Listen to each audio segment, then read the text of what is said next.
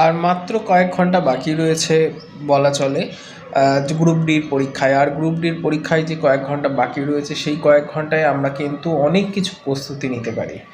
তো আমার স্ক্রিনে যে নাম্বারটা চলছে সেই নাম্বারেই অনেকে মেসেজ করেছিলেন যে স্যার ম্যাথের জন্য কিছু টিপস দিন। ম্যাথটা আমরা একটুখানি ভয় পাচ্ছি। আসলে ভয় পাওয়ার কারণ হচ্ছে সঠিকভাবে ম্যাথ না শেখা। সেই জন্যই আপনাদের আজকে এই ভয়টা কাজ করছে। দেখতে হয়তো গ্রুপ ডিতে 5টা টপিক রয়েছে, কিন্তু 5টা টপিক নয়, অনেকগুলো প্যাটার্ন কিন্তু এই 5টা টপিকের মধ্যে লুকিয়ে আছে। সুতরাং এই 5টা টপিক শুধুমাত্র 5টা টপিক নয়, বরঞ্চ বেশ কিছু অঙ্কের একটা সমাহার রূপ রয়েছে। আজকে আমি এই ভিডিওটা করতাম না, কিন্তু অনেকেই ফোন করছেন যেহেতু যে স্যার ম্যাথে আমাদের কীরকম অঙ্ক আসতে পারে, তো সেইটা আজকে আমি আপনাদেরকে ব্যাখ্যা করব। আর সেই জন্য আজকের এই ভিডিওটা করা। যদি মনে হয় যে উপকারে আসবে তাহলে অবশ্যই ভিডিওটি শেষ অবধি দেখবেন। আর আমার এখানে ছোট্ট একটা পরিবার, যেখানে আমি শিক্ষা সংক্রান্ত বিভিন্ন তথ্য আপনাদের সামনে রাখি, তো সেটাই যদি ভালো লেগে থাকে একটা সাবস্ক্রাইব করে আমার পাশে থাকার চেষ্টা করবেন। তো শতকরা বিষয়ে যে অঙ্ক রয়েছে সেই শতকরা বিষয়ে অর্থাৎ পার্সেন্টেজ বিষয়ে আমি মোটামুটি 15টা টপিক বার করেছি, যে টপিকগুলোর ওপর পরীক্ষায় প্রশ্ন আসতে পারে। তো তার মধ্যে হচ্ছে সাধারণ মান নির্ণয় একটা অঙ্ক থাকবে, যেমন ধরুন 110%, 250-র 15%, এইরকম যে অঙ্কগুলো সেগুলো কিন্তু থাকতে পারে।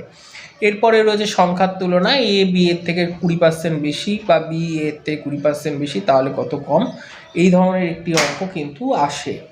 তারপরে বেতন বৃদ্ধি এবং হ্রাস, এটাও পার্সেন্টেজের একটি অঙ্ক। প্রথমে 20% বেতন বৃদ্ধি পেল, তারপরে গিয়ে 10% হ্রাস পেল, তাহলে মোটের ওপর কত বেতনের পরিবর্তন হলো, এই ধরনের অঙ্ক একটি থাকে।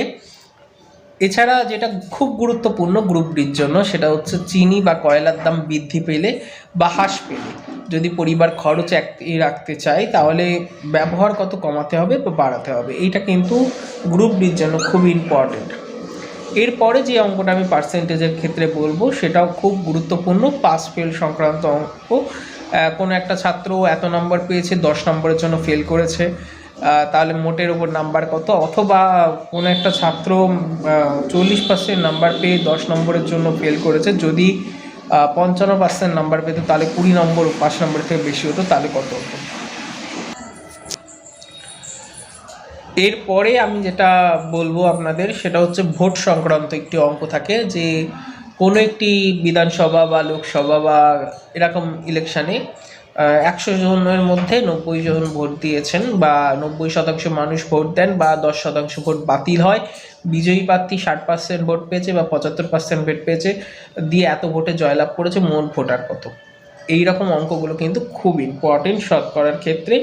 এরপরে জনসংখ্যা এবং যন্ত্রের মূল্য, প্রতি বছর যদি 10% হারে জিনিসের দাম কমে তাহলে সেই বছর 3 বছর পরে তার দাম কত হবে।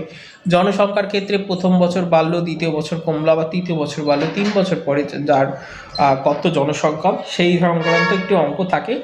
এছাড়া শতকরার মধ্যেই থাকে হচ্ছে একটি মিশ্রণ টাইপের অঙ্ক, 40 লিটার দুধ ও জলের মিশ্রণে 10% জল আছে, তাহলে আর কত জল মেশালে জলের পরিমাণ 20% হবে, এটাও কিন্তু শতকরার মধ্যেই পড়ে।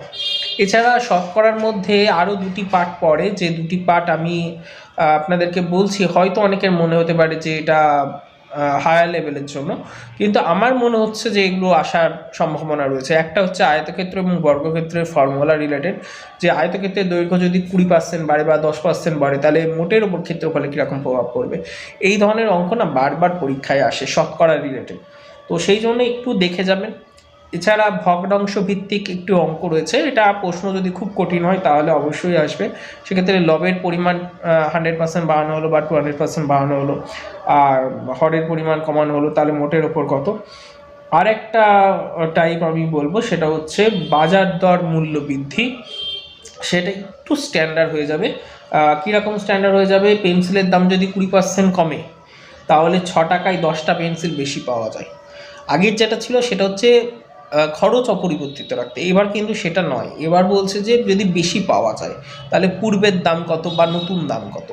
এই ধরনের অঙ্ক কিন্তু পরীক্ষায় বেশি আসার সম্ভাবনা বলে আমার অন্তত মনে হয়। আর একটা লাস্ট আমি টপিকে শেষ করব শতকরার, সেটা হচ্ছে আমাদের যে ইনকাম রয়েছে, অর্থাৎ 100% ইনকামের যদি অঙ্কগুলো হয়, যেমন আমি বলতে পারি কোনো ব্যক্তির তার মোট আয়ের 10% বাড়ি ভাড়া দেন, 15% ছেলে মেয়ের নামে রাখেন, 15% খাবারে খরচ করেন, তাহলে বাকি থাকে মাসের শেষে এত টাকা, তাহলে খাবারের জন্য কত টাকা খরচ করেছেন।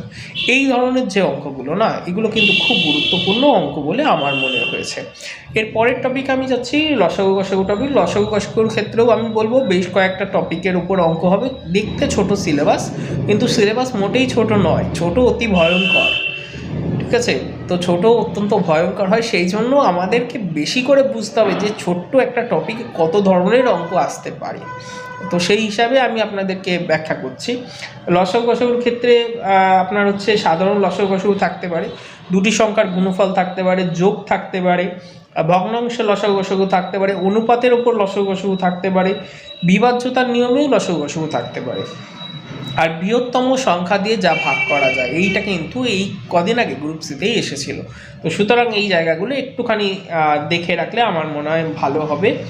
এরপরে যে জায়গাটা আমি মেনলি দেখতে বলবো লসাগু গসাগুর ক্ষেত্রে, সেটা হচ্ছে ট্রাফিক সিগন্যালের অঙ্ক। ট্রাফিক সিগন্যালের অঙ্ক, কোনো 3টে আলো 15 সেকেন্ড, 30 সেকেন্ড, 45 সেকেন্ড অন্তর অন্তর জ্বলছে, তাহলে একসাথে তারা কতক্ষণে জ্বলবে।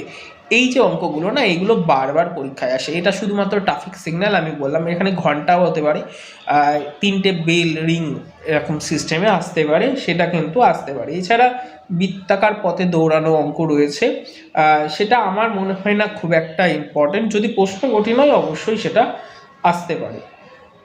এরপরে আমি একটু গড়ের যাই, অ্যাভারেজ পোর্শন। আপনাদের অ্যাভারেজে গড়ের নির্ণয়ের অঙ্ক গ্রুপ সিতে একটা ছিল, যে 5টি সংখ্যা দিয়ে বলা হয়েছিল গড় কত। এখানে একটি সংখ্যা তাৎপর্যপূর্ণভাবে শূন্য ছিল, মানে 0 কাউন্ট করা হয়েছিল, কিন্তু 0টাকে কাউন্ট করতে হবে। অনেকে দেখলাম কাউন্ট করেনি, আমার যারা কমেন্ট বক্স খোলা থাকে, তো গ্রুপ সি এর যখন প্রশ্ন আমি আলোচনা করেছিলাম, তখন অনেকে বলছে যে স্যার আমরা তো এটা কাউন্ট করিনি, আমাদের মনে হচ্ছে 5 অ্যান্সার হবে, অ্যান্সার অ্যাকচুয়াল হওয়ার কথা ছিল 4।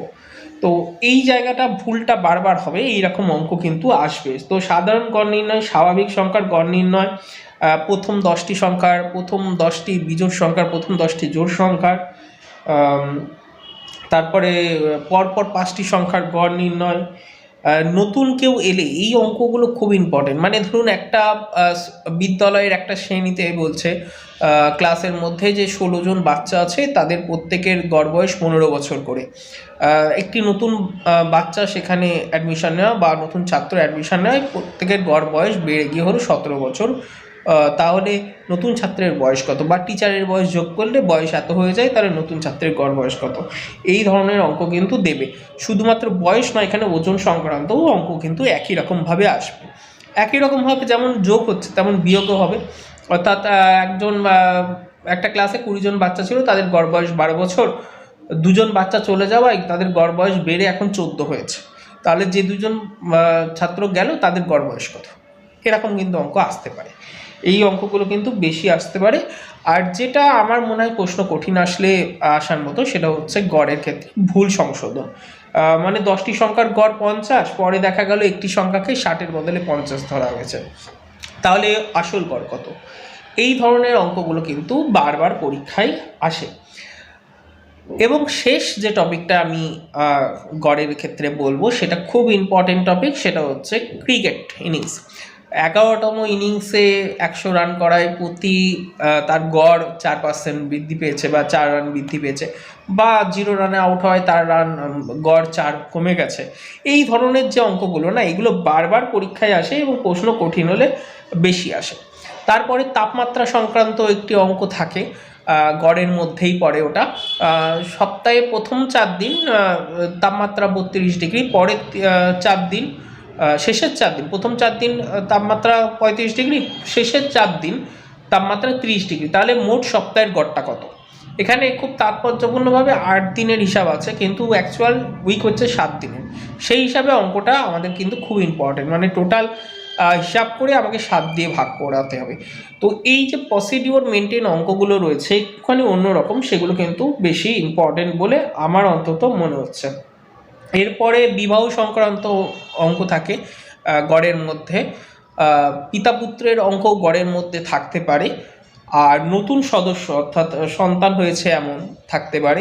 গড়ের মধ্যে থাকতে পারে নৌকা স্রোতের বেগ, গড়ের মধ্যে থাকতে পারে রেলওয়ে স্পিড সমদূরত্ব, গড়ের মধ্যে থাকতে পারে পুরুষদের বেতন মহিলাদের বেতন সংক্রান্ত অঙ্ক। যেমন আমি একটি পড়ে শোনাচ্ছি আপনাদের।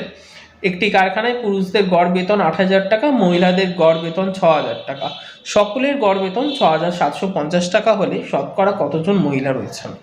সুতরাং কিন্তু এখানে গড়েরই ওটা অঙ্ক, আপনাকে সেইভাবে কিন্তু তৈরি হতে হবে। তো ভিডিওটা প্রায় 10 মিনিট অতিক্রান্ত হয়ে গেছে। আমি 3টে টপিক আপনাদের সামনে এতক্ষণ ধরে আলোচনা করলাম। আর মোবাইলের স্ট্যান্ডটা এই মুহূর্তে আমার কাছে নিয়ে আমি একটু বাইরে রয়েছি, তো সেই জন্য হয়তো মোবাইলটা কাঁপছে, তো আন্তরিকভাবে এর জন্য দুঃখিত।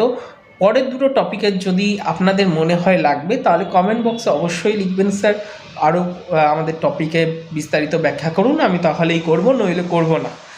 আর যদি ভিডিওটা ভালো লেগে থাকে, যদি মনে হয় কোনো উপকারে আসতে পারে ভিডিওটা, তাহলে অবশ্যই একটু সাবস্ক্রাইব করবেন আর কমেন্ট বক্সে লিখবেন যে স্যার ভিডিওটা ভালো হয়েছে।